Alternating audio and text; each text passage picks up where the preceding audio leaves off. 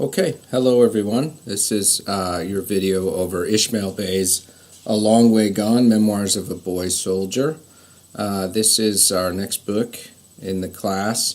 We're moving away from some other parts of the globe into Africa, and Western Africa in particular, which has long had a underreported refugee and immigration situation that we don't often hear about too much in the West.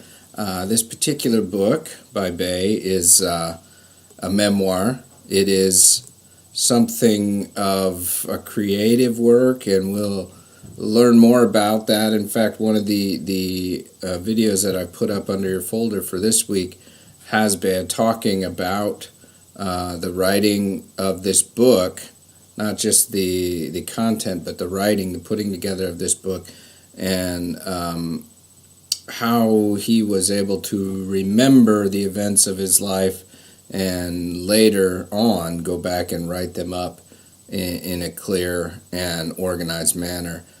And maybe not so much spelled out in this interview is the fact that later on, after the fact, in the mid 2000s, I think it was 2008, 2009, there began to be some sort of dispute over the accuracy of dates and times and other issues, facts that might have been played around with or might have been sort of exaggerated.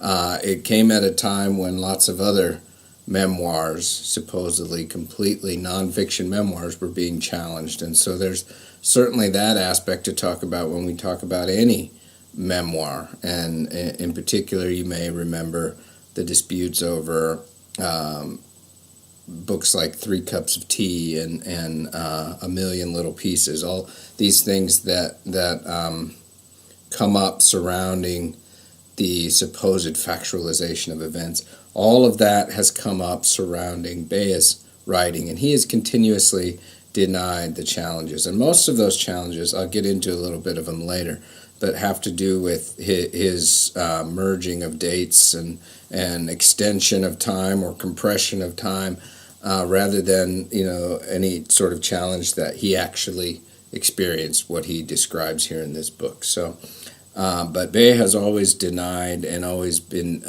sort of refuting charges against him about these particular things. That aside, what he's writing about here is very, very, as I said earlier, underreported certainly, but also ongoing and elongated in different parts of Africa. But he's writing from his own experience in Sierra Leone. One of the things that I would suggest before, or if you're into the book already and you want to take a break, I would, just for some foundational information, turn to the back of the book, and you have a chronology. I don't know if you can see that there. In this copy, it starts on page 219, that will walk you through the sort of landmark historical moments in Sierra Leone's history. And it goes back all the way to prior to colonization, and will help you understand a little bit about the different ruling parties, different tribal populations, and will take you right up through the 1990 Civil War into the year when this was published, 2006. And it's a real quick way. I can't stress enough that this is an area that most people are very unfamiliar with historically wise. It's a real quick way to sort of set up how it is that this particular nation, this African nation, is represented in history.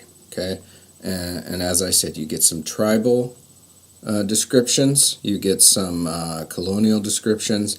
And then eventually, in the later part of the 20th century, the bogged down descriptions of different factions of government overthrowing one another, reinstalling presidents, fighting within the government, and then the creation of the RUF, the Revolutionary United Front. Is that what it stands for? I forget.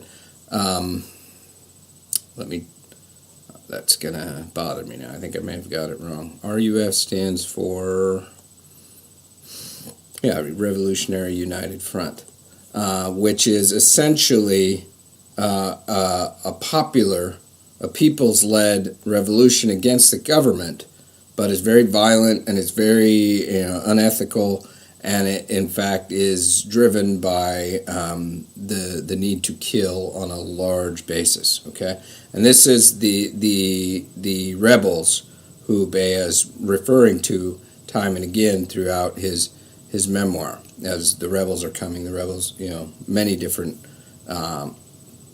scenarios where this happens.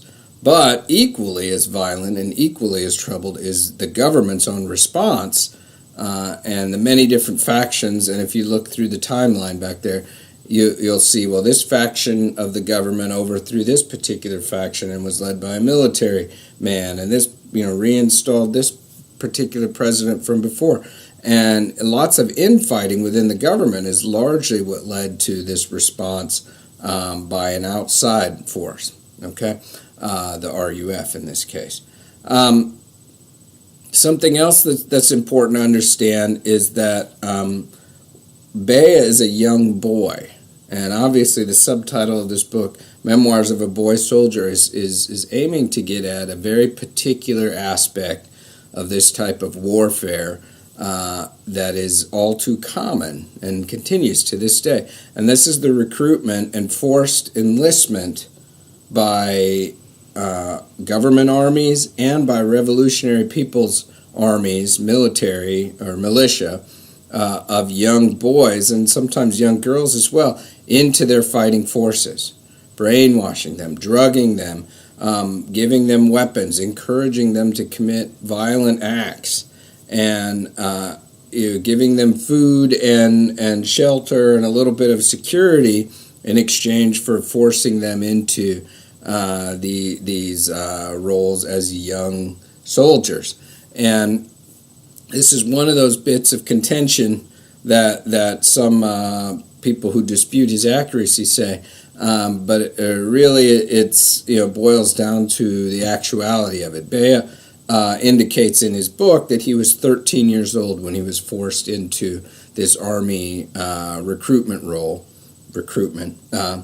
and others have contended that he would have been 15 years old, which is, again, point of fact, one way or the other, but it's also the essence of he's a boy, he's a young child when he's forced into this particular lifestyle and made to kill and made to destroy and execute. He becomes later on, and he will talk about this and he will write about this, an executioner, because he's relatively good and able to do this. So this is one of the primary subjects, along with displaying the particular strife and conflict within Africa.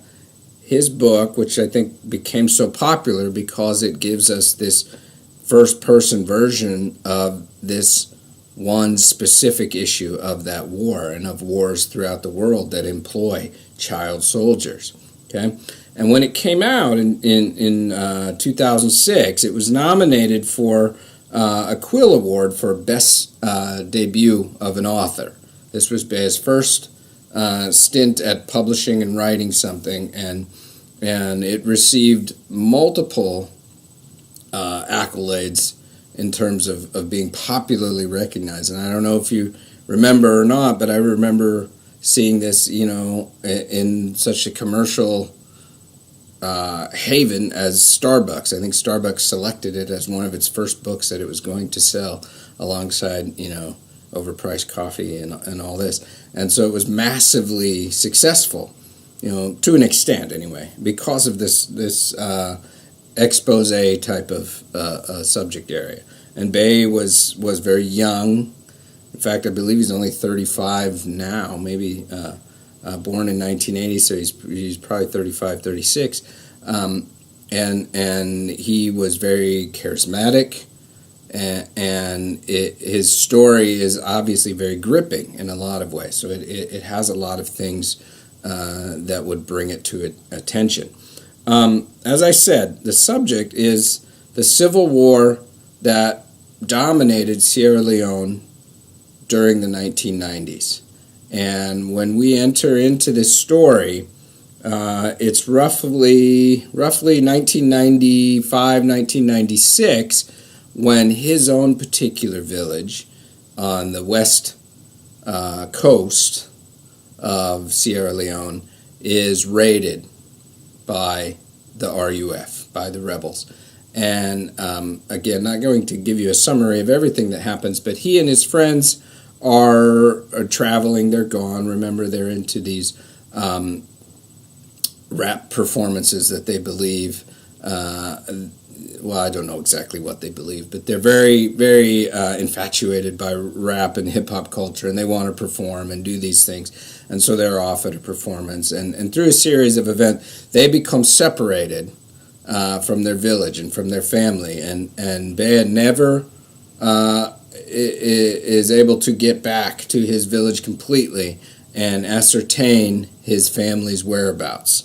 He must, because of the violence and the combat in the area, he must, from that point on, of course he doesn't know this, but from that point on, he must constantly be moving. He's a refugee within his own nation, within his own country. And the story is compelled by this idea that these boys, him and his friends, his brother for a while, they are set loose upon the land. And the early part of the memoir is village to village, what's to come, hiding, danger in the area, fear of being caught, but also the descriptions of villages who fear them as young boys. They don't know who they are, and they suspect that they may be part of either military. So there's sort of predominance of fear overarching all of this movement, and home and placelessness. Okay, all of this sort of colors the early parts of the memoir. Okay, so he ran away, again, according to his memoir, when he was 12, and later on, after much of this traveling and evading, lots of military violence. He is put into some violent situations, right? They're captured a number of times and then ultimately let go. They have their shoes taken away and their feet are very bloody and torn apart. This is violence, yes, but it's not of the combat violence, until later when he's recruited and, as I say, forced to join the army as a way of defending against the oncoming attacks, him and a band of his friends and other boys, right? And this is the modus operandi of both sides of forces, to enlist young boys as soldiers and to put them out there as essentially infantry. The more and more they can have of these boy soldiers, the better their chances of military or combat success are, right? And they give them high-powered machine guns and RPGs and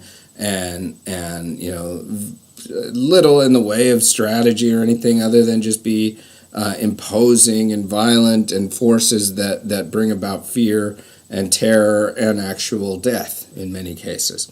And so, along with this, they're sort of brainwashed and drugged continuously in order to help sort of ease down the fact that they're very, very violent beings because of this. And so, Beah describes this, and this is a long, description of how he, remembers this time and what it would have been like. And it is very otherworldly. He's very much out of his head in a way that he recognizes that he brought about a tremendous amount of death and violence due to being under the influence of both an ideology, being sort of compelled by these older men and soldiers, etc., and also the drugs and simply the mob mentality of it all. Not simply, but you know what it is that I'm saying. When he was 16, again, judging by the dates and the reference in his book, he, along with some other boys, are pulled out of this situation by UNICEF.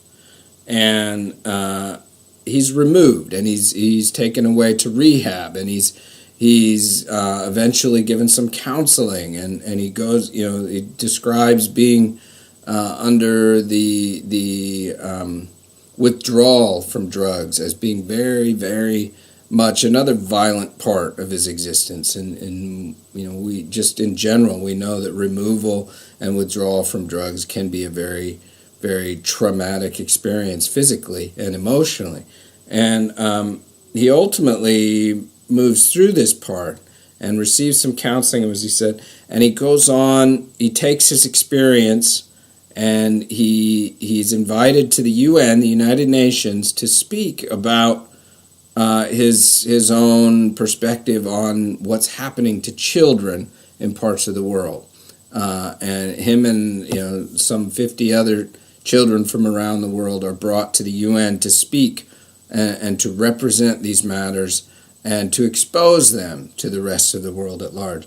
And he is successful at this, and this is ultimately what leads him to the possibility of writing this and presenting it on a larger scale.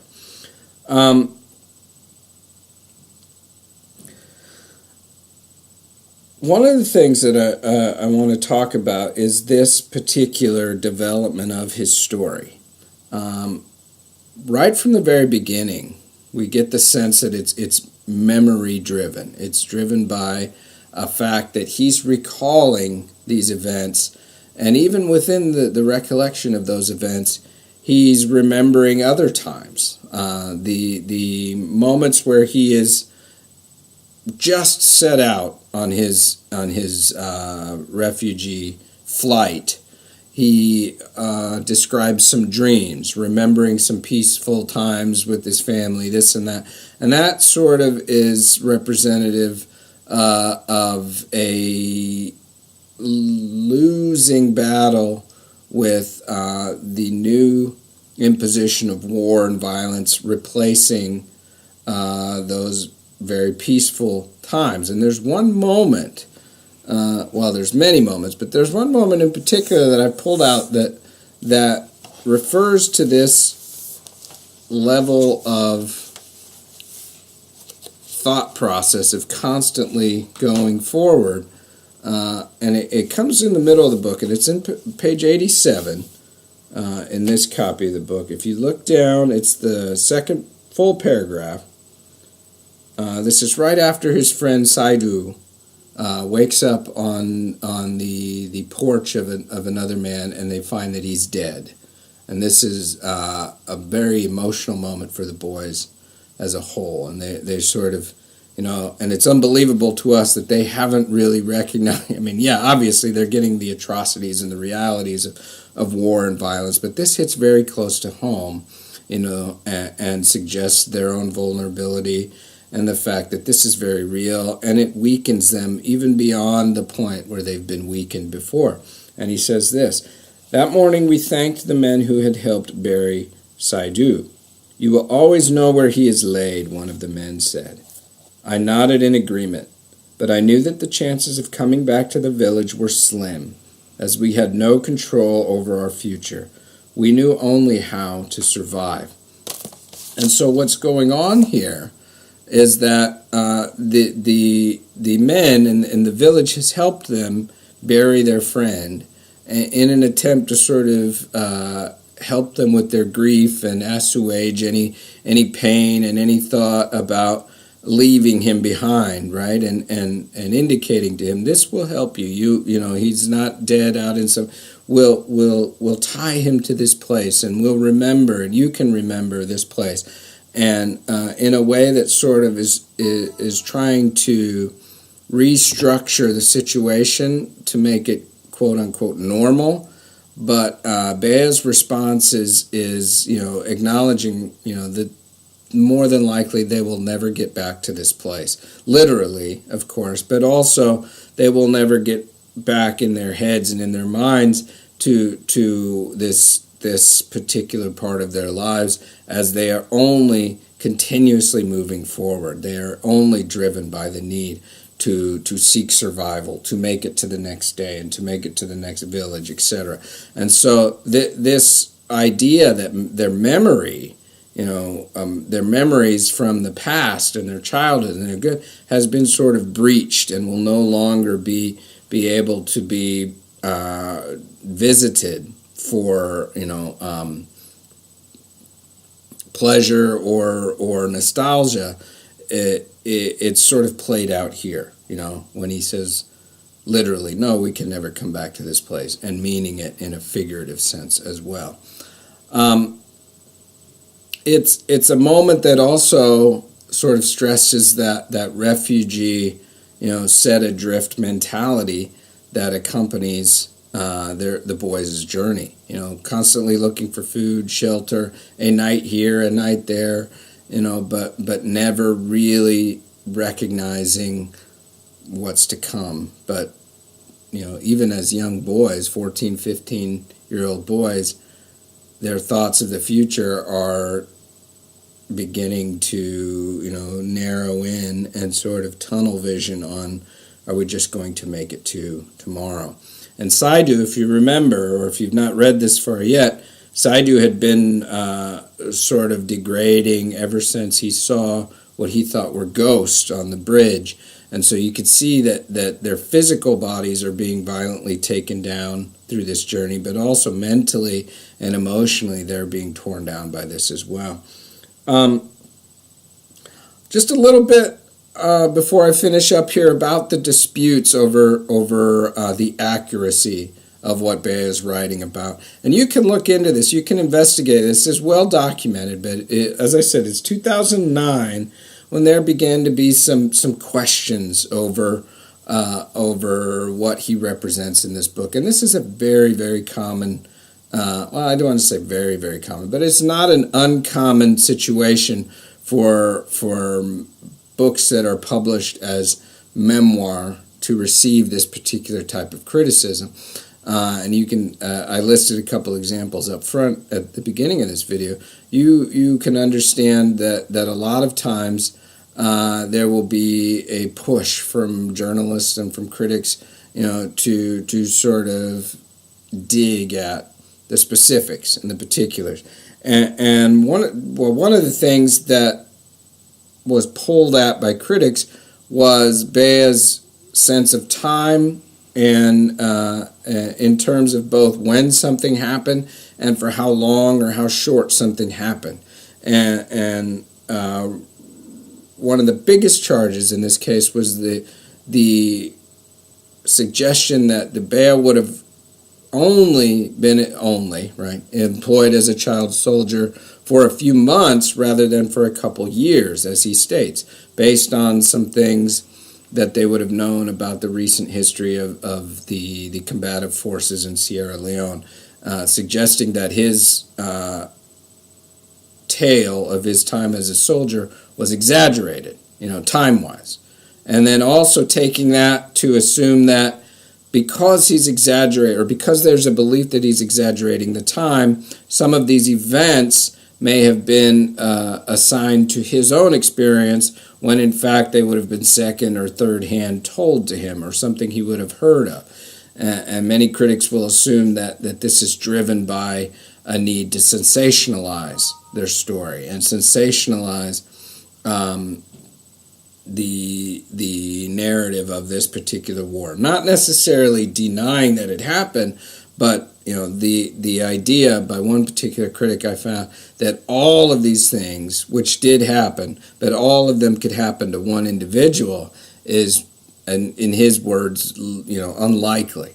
And so it's driven by this need to question or critique the audience reception, right? Why is it, ultimately, why is it that we react to actual situations like this, which nobody is claiming that Beah is lying about or exaggerating this particular situation?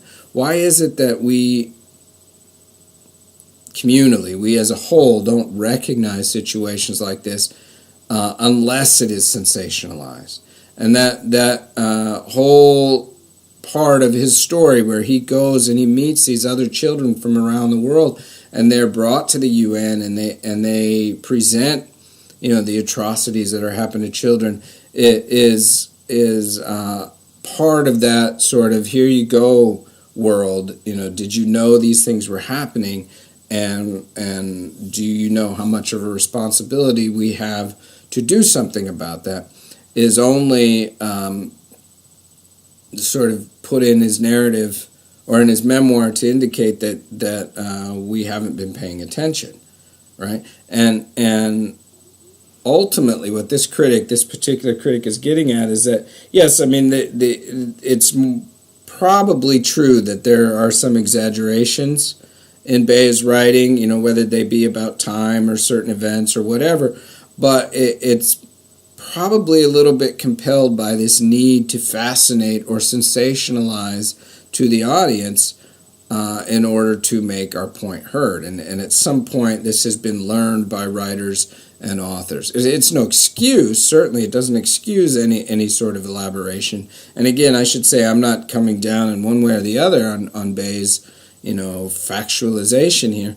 But the potentiality that there's some exaggeration is largely driven by that and can be brought into question because of our need to see. We need to see the most, and we need to see the extremist view of this before we believe and before we act. And so Beah's continual denial over his exaggeration or his lying is evident of that. He's gone on to become a successful writer. He's produced other novels and stories, and continues to sort of grapple with this